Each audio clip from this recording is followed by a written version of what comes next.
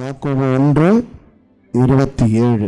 திக்கற்ற பிள்ளைகளும் விதவைகளும் படுகிற உபத்திரவத்திலே அவர்களை விசாரிக்கிறதும் உலகத்தால் கரைபடாதபடிக்கு தன்னை காத்துக் கொள்ளுகிறதுமே பிதாவாகிய தேவனுக்கு முன்பாக மாசில்லாத சுத்தமான பக்தியாயிருக்கிறது.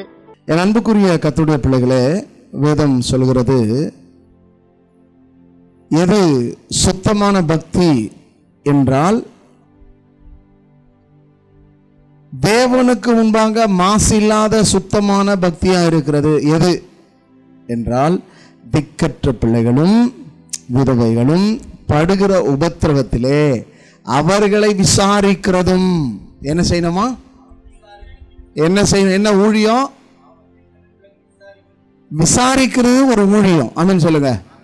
என்ன ஊழியம்? விசாரிக்கிறது ஒரு ஊழியம்.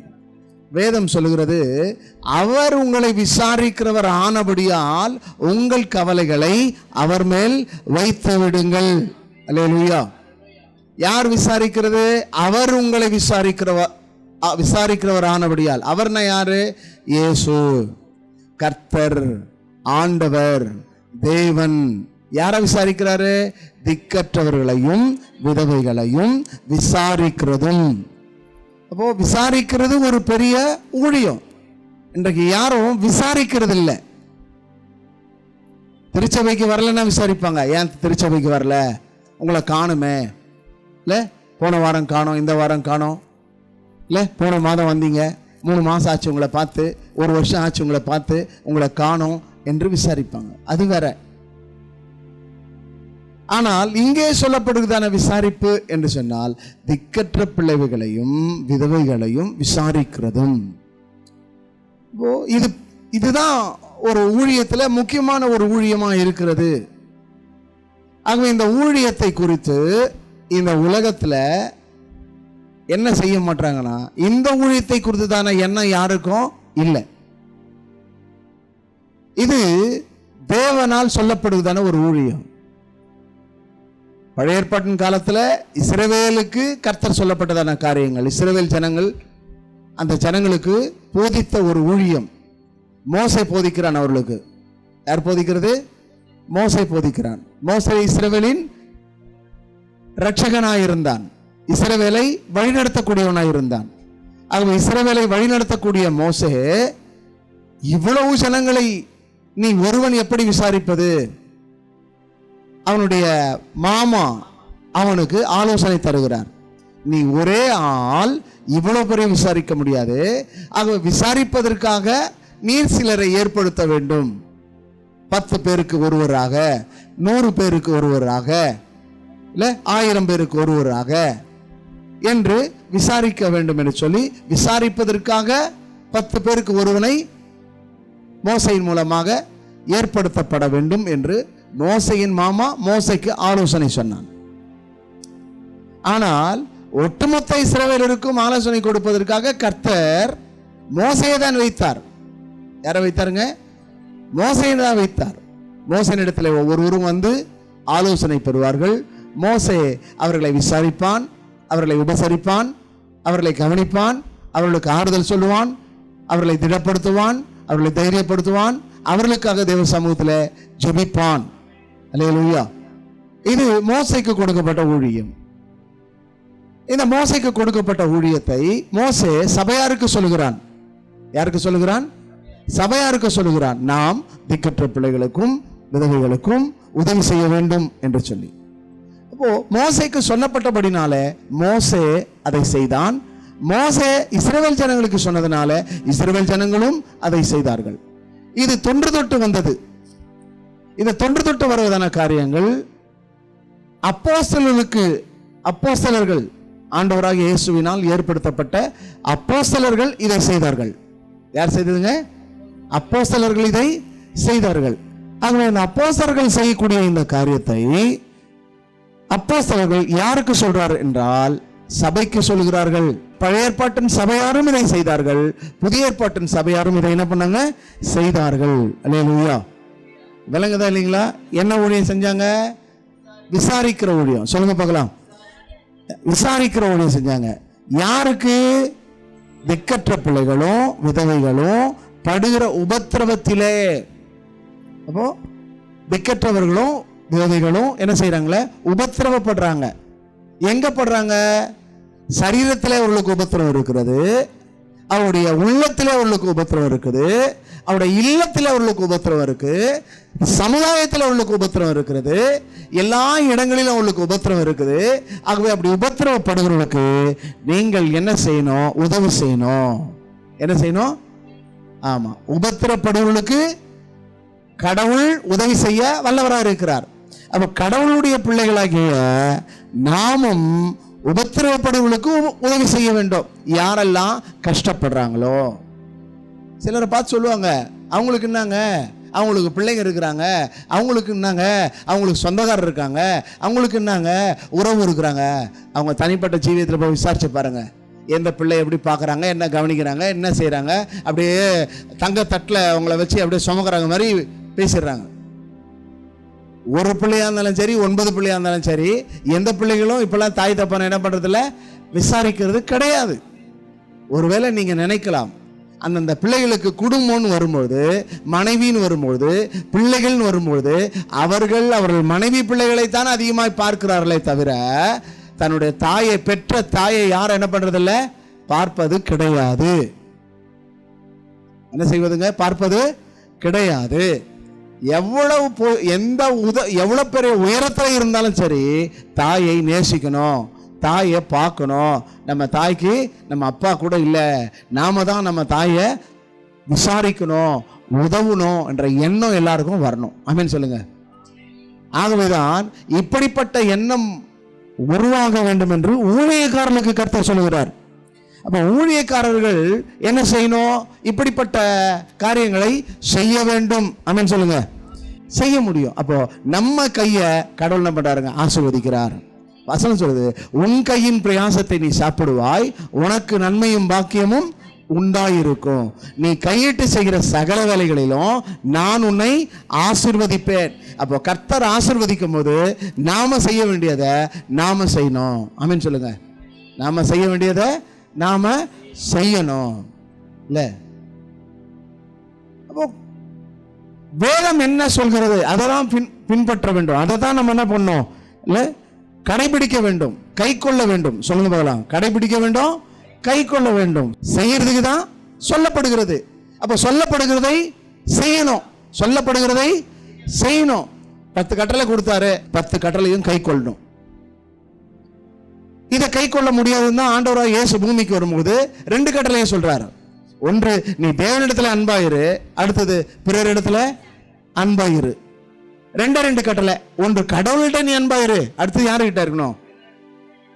பிறரிடத்துல, அயலான இடத்துல, இல்ல மற்ற மக்கள் இடத்துல நம்ம அன்பா இருக்கும் போதுதான் நம்ம யாருன்னு அவங்களுக்கு தெரியும். அல்லேலூயா.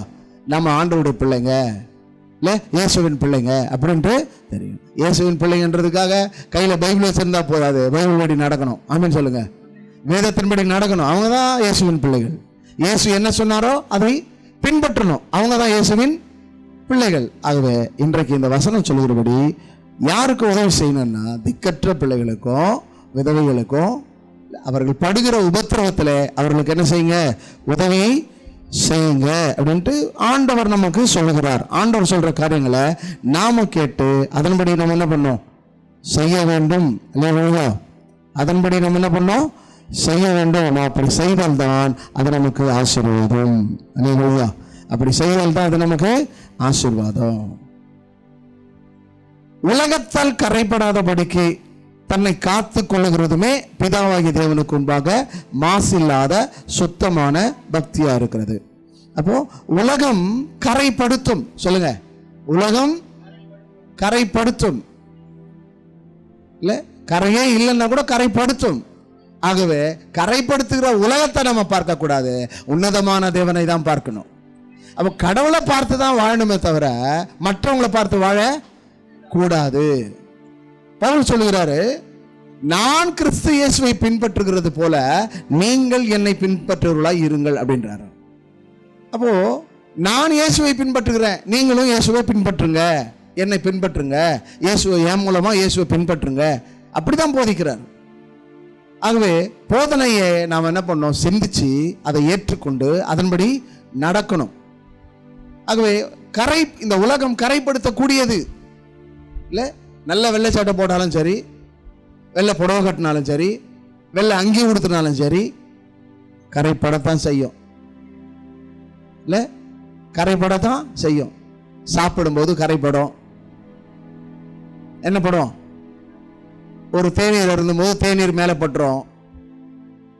அந்த தேநீருடைய கரை அப்படியே என்ன பண்ணும், சட்டையில் இருக்கும். சாப்பிட்டு கொண்டு இருக்கிறோம், சாம்பாரோ ரசமோ அல்ல வேற ஏதோ ஒரு இல்லை வேற ஒன்று ஏதோ சாப்பிடும்போது மேலே சிந்தி விடுகிறது, கரைப்படத்தான் செய்யும். இது வஸ்திரத்தில் காணப்படுற கரை. இதில் காணப்படுற கரை வஸ்திரத்தில் காணப்படுற கரை. ஆனால் வஸ்திரத்தில் கரை இல்லை, உள்ளத்தில் கரைப்பற்றக்கூடாது. உடல்ல படுற கரைய கழுவிடலாம். சொல்லுங்க பார்க்கலாம். உடல்ல படுற கரைய கழுவிடலாம். ஆனா உள்ளத்துல கரைப்பட்டால் கழுவ முடியாது. அப்போ இந்த உள்ளத்துல இருக்கிறதான கரையை யார் கழுவா என்றால் ஆண்டவராகிய இயேசு மட்டும் தான் கழுவார். அவர் ஈசோப்பினால் கழுவுகிறவர். அவர் தம்முடைய ரத்தத்தினால் கழுகிறவர். எதனால் கழுகிறவருங்க? ஈசோப்பினால் கழுகிறவர், தம்முடைய ரத்தத்தினால் கழுகிறவர். ஆகவேதான் அவர் ரத்தம் சிந்தினார். ரத்தம் சிந்துதல் இல்லாமல் பாவ மன்னிப்பு இல்லை. பாவி என்ற பாவ கரையை இயேசு தம்முடைய ரத்தத்தினாலே கழுவினபடினாலே நமக்கு பேர் என்னன்னா பரிசுத்தவான்கள். சொல்லுங்க பார்க்கலாம். பரிசுத்தவாட்டிகள், தேவனுடைய பிள்ளைகள், இயேசுவின் பிள்ளைகள், நீதிமான்கள். முதல்ல நாம யாரு? பாவிகள். பாவம் செய்கிறபடினாலே பாவிகள். அப்ப நமக்கு என்ன கரை இருக்கு? பாவக்கரை. என்ன கரை இருக்கு? பாவக்கரை. இந்த பாவக்கரை எங்க இருக்கு? உடல்ல மாத்திரம் இல்ல, உள்ளத்திலும் இருக்கிறது. ஆகவே இந்த உள்ளம், ஆன்மா, மனம், அப்போ மனம் புதிதாகிறதுனாலே என்று அப்போஸ்தலன் பவுல் எழுதுகிறார். அப்போ இந்த மனதில் இருக்கிற, இந்த உள்ளத்தில் இருக்கிறதான கரைகளை மனுஷன் நீக்க முடியாது, கடவுள் மாத்திரம்தான் நீக்க முடியும். அப்போ உலகத்தால் கரைபடாதபடிக்கு தேவனுக்கு முன்பாக மாசில்லாதவனாய் இருப்பதே சுத்தமான தேவ பக்தியா இருக்கிறது. பக்தியில என்ன பக்தி? சுத்தமான தேவ பக்தி. சொல்லுங்க பார்க்கலாம். என்ன தேவ பக்தி? சுத்தமான தேவ பக்தி. அப்போ ஆண்டவருடைய பார்வையில சுத்தமான பக்தி எங்கன்னா, இருதயத்தில் சுத்தம் உள்ளவன் பாக்கியவான், அவன் தேவனை தரிசிப்பான். அப்போ எது சுத்தமாக வேண்டும்? இருதயம் சுத்தமாக வேண்டும். இன்றைக்கு அநேகருக்கு எது சுத்தமா இல்லை? இருதயம் சுத்தமா இல்லை. என்ன சுத்தமா இல்லை? ஆமா, சில சொல்லுவாங்க அந்த வாய் சுத்தமே கிடையாதுங்க, பொய்யும் புரட்டுமா இருக்குது, ஏமாற்றும் களவுமா இருக்குது. ஆகவே அவங்க வாய் என்ன இல்லை? சுத்தம் இல்லை, வாய் சுத்தம் இல்லைன்னுவாங்க. சிலருக்கு பார்த்தீங்கன்னா கண்ணே சுத்தம் இல்லைங்க அப்படின்வாங்க. சிலருக்கு பார்த்தீங்கன்னு சொன்னா கை சுத்தம் இல்லைன்னுவாங்க. இந்த கை சும்மா இருக்காது, ஆகவே கை சுத்தமா இருக்கணும். ஆமென் சொல்லுங்க. கைகளிலே சுத்தம் உள்ளவன் இல்லை. ரட்சிக்கப்பட்ட பிறகு ஏதோ ஒரு இடத்துல ஒரு பிரச்சனை ஆயிடுச்சு, சண்டை வந்துருச்சு, கெட்ட கெட்ட வார்த்தையை பேசுறீங்க, என்னாச்சுங்க? உங்க வாய் சொல்லுங்களேன். ஆமா. ஆகவே கரை, உலகத்தால் கரைப்படாதபடிக்கு. ஆமென் சொல்லுங்க. உலகத்தால் என்ன செய்யக்கூடாது? ஆமா. நம்ம பார்த்து அவன் கிறிஸ்தவன், என்ன செய்ய மாட்டான், கெட்ட வார்த்தை பேச மாட்டான்னு சொல்லணும். ஆமென் சொல்லுங்க. அவன் கிறிஸ்தவன், அவன் குடிக்க மாட்டான்னு சொல்லணும். ஆமென் சொல்லுங்க. இல்ல, அவன் கிறிஸ்தவன், அவன் திருட மாட்டான்னு சொல்லணும். ஆமென் சொல்லுங்க. அவன் திருந்திட்டான்னு சொல்லணும். அப்போ இன்றைக்கு உலகத்தால் கரைப்படுறாங்க. என்ன பண்றாங்க?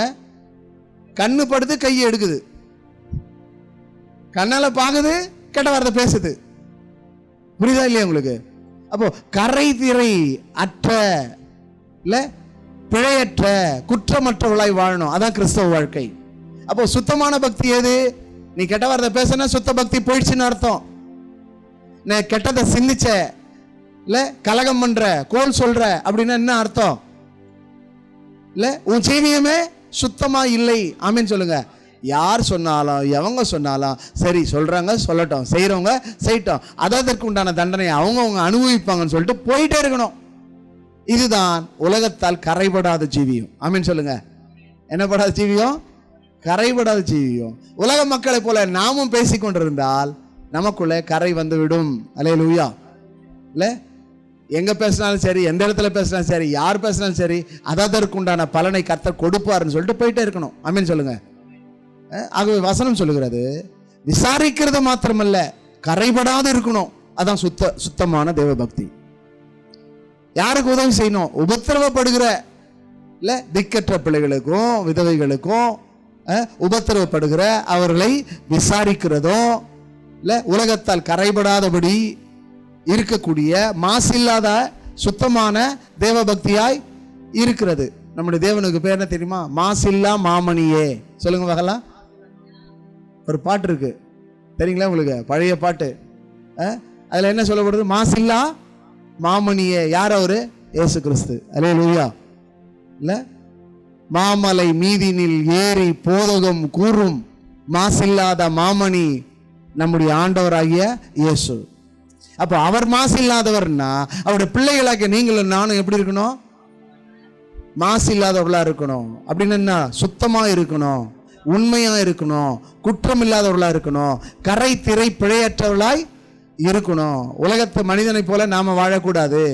இல்ல அப்போ இன்றைக்கு எது சுத்தமான தேவ பக்தி என்பதை நாம் அறிந்து கடவுள் பார்வையில சுத்தமாய் வாழ வேண்டும், சுத்தமாய் நடக்க வேண்டும், சுத்தமானதை பார்க்க வேண்டும், சுத்தமானதை பேச வேண்டும். இல்ல அப்போ உம்முடைய வார்த்தையை என் இருதயத்திலே வைத்து வைத்தேன்.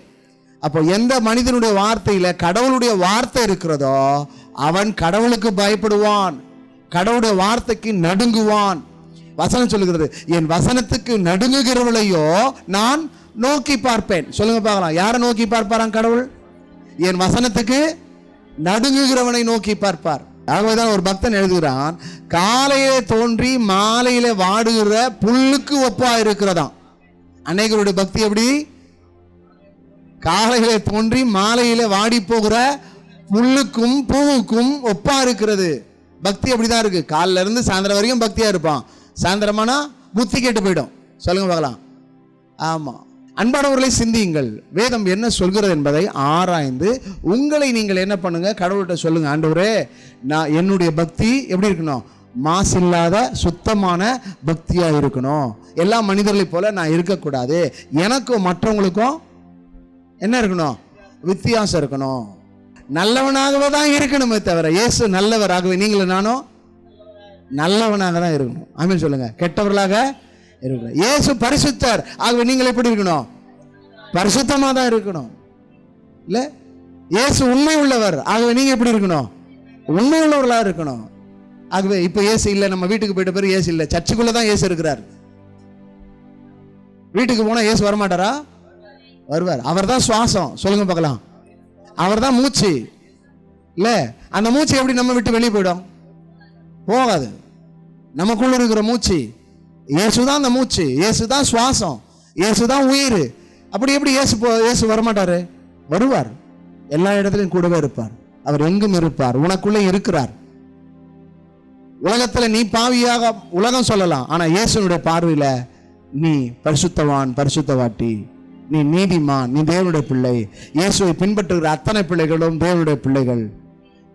அவருடைய நாமத்தின் மேல் விசுவாசம் உள்ளவர்களாய் அவரை ஏற்றுக்கொண்ட பிள்ளைகளை எத்தனை பேர்களோ அத்தனை பிள்ளைகளும் தேவனுடைய பிள்ளைகளாகும்படிக்கு அவர்களுக்கு அதிகாரம் கொடுத்தார். அப்போ அவரை விசுவாசிக்கிறவங்களாம் யாரு? அவருடைய பிள்ளைங்க. அவரை பின்பற்றுறவங்களாம் யாரு? அவருடைய பிள்ளைங்க. அவருடைய வசனத்துக்கு நடுங்குகிறவங்க யாரு? அவருடைய பிள்ளைங்க. கெட்ட வார்த்தை பேசுறவங்களாம் யாரு?